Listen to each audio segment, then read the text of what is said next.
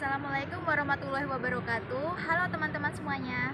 Kami dari kelompok 8 Prodi Agroteknologi Universitas Jember.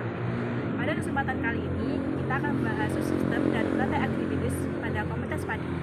Sebelumnya, perkenalkan saya Diska Febi Prastia Suparman dengan absen 33.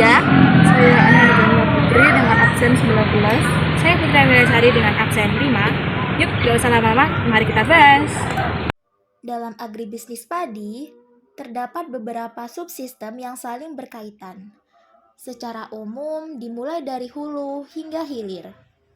Pertama, subsistem praproduksi, yaitu penyediaan sarana seperti benih, pupuk, dan alat pertanian.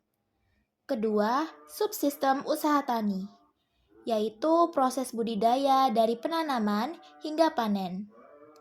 Ketiga, subsistem pengolahan atau agroindustri, yaitu mengolah hasil panen menjadi produk bernilai tambah. Dan terakhir, subsistem pemasaran, yaitu proses distribusi produk hingga ke konsumen. Tahap awal dimulai dari praproduksi atau hulu. Pada tahap ini, petani memilih benih unggul agar hasil panen maksimal. Selain itu, disiapkan pupuk pestisida serta alat pertanian sebagai penunjang budidaya. Setelah semua sarana siap, proses budidaya padi dimulai dari pengolahan lahan, kemudian dilanjutkan dengan penanaman padi di sawah. Selama masa pertumbuhan, dilakukan perawatan seperti pemupukan, pengairan, dan pengendalian hama agar padi dapat tumbuh dengan baik. Setelah masa pertumbuhan, padi siap dipanen. Hasil panen berupa gabah kemudian masuk ke tahap pasca panen, seperti pengeringan dan penggilingan hingga menjadi beras. Dalam tahap pasca panen, pengolahan dapat berkembang kedua arah, yaitu horizontal dan vertikal. Secara horizontal, produk didistribusikan tanpa banyak perubahan bentuk. Misalnya, gabah dijual ke penggilingan, lalu menjadi beras dan langsung dipasarkan. Sedangkan secara vertikal, produk mengalami pengolahan lebih lanjut untuk meningkatkan nilai tambah, seperti beras diolah menjadi tepung beras, makanan olahan, atau produk turunan lainnya.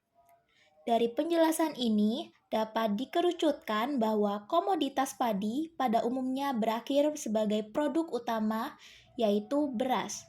Namun, juga dapat berkembang menjadi berbagai produk olahan bernilai ekonomi lebih tinggi. Beras yang telah diolah kemudian dipasarkan melalui berbagai saluran, seperti pedagang di pasar tradisional maupun modern, hingga akhirnya sampai ke tangan konsumen. Jika dilihat secara keseluruhan, proses ini membentuk mata rantai agribisnis padi, dimulai dari penyedia sarana produksi, kemudian ke petani, lalu ke pengolah, dilanjutkan ke pedagang, hingga akhirnya sampai ke konsumen. Semua bagian ini saling berkaitan dan tidak dapat dipisahkan. Dalam pembangunan pertanian saat ini, sistem agribisnis terus berkembang menjadi lebih modern dan efisien, seperti penggunaan teknologi, alat pertanian modern, dan pemasaran digital.